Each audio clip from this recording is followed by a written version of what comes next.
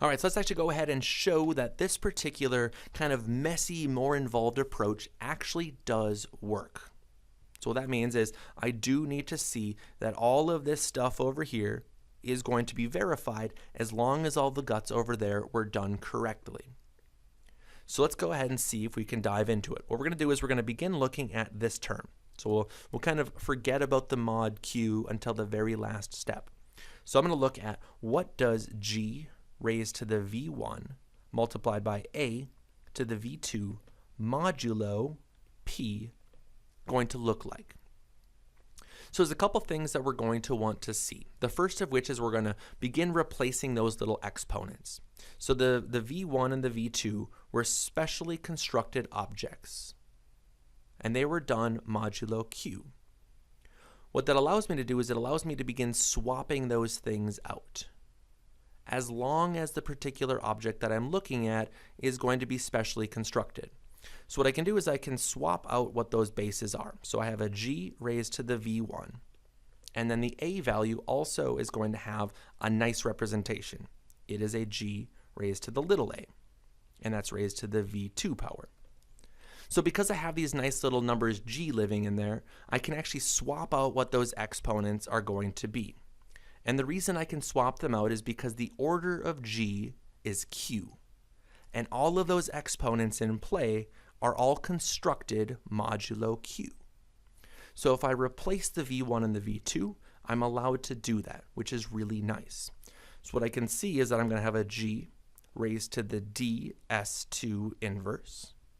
And then over here I'm going to have a g to the a, and then that's going to be raised to the s1, s2 inverse, and that's all done mod p. So I'm allowed to do that because g was assumed to have order of q, and all of those exponents were viewed mod q. So there's that nice matching that has to come into play.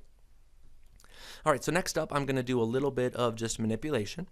What I'm going to see is I'm going to have a g raised to the ds2 inverse, and then I'm also going to have a s1, s2 inverse, and that's all done mod p. What I want to do next is I'm going to factor out that s2 inverse. So I have g to the d plus a s1 with an s2 inverse, and again, that's all done mod p. So now I want to stare at that little object that's up in the exponent. What I would like it to turn into is I'd like it to somehow emerge as a g to the e. And the reason for that is once I take that object and reduce mod q, that right-hand side is going to emerge as s1. So if you look at how s2 was actually constructed, s2 is actually achieved by looking at d plus a s1 times e inverse, and again, that's mod q.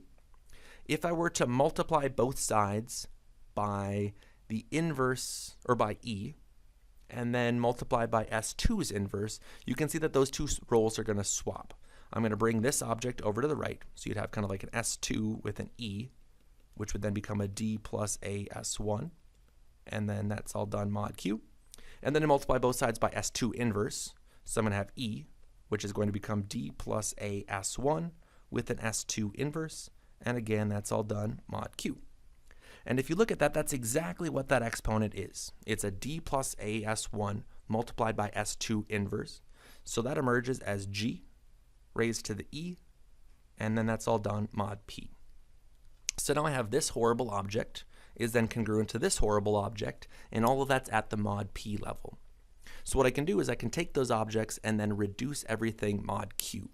So you would have g to the v1 multiplied by a v2 mod p, and if you reduce mod q, that's going to become g to the e mod p, because that's what the inner bit is, and then there's a mod q, oops, there we go. There's a mod q on the outside, and if you look at exactly how s1 was constructed, it is that crazy funky expression, so it's just going to merge as s1, which is exactly what it's supposed to.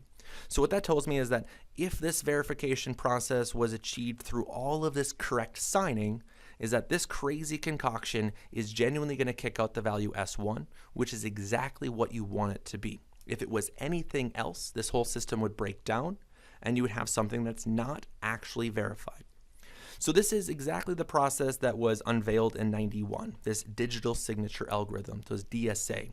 So later it was actually fully approved, and now it became the standard. So it became referred to as the digital signature standard, and that was unveiled to the world then in 1994, and it's still the one that we have lurking in the background. It is, all over the place. It has obviously some issues if you had an attack to the discrete logarithm. So it, like a lot of these other crypto systems, needs some type of modernization if we had easy attacks to, things like factorization or discrete log. So it's something that will constantly be re-evolving as time goes on.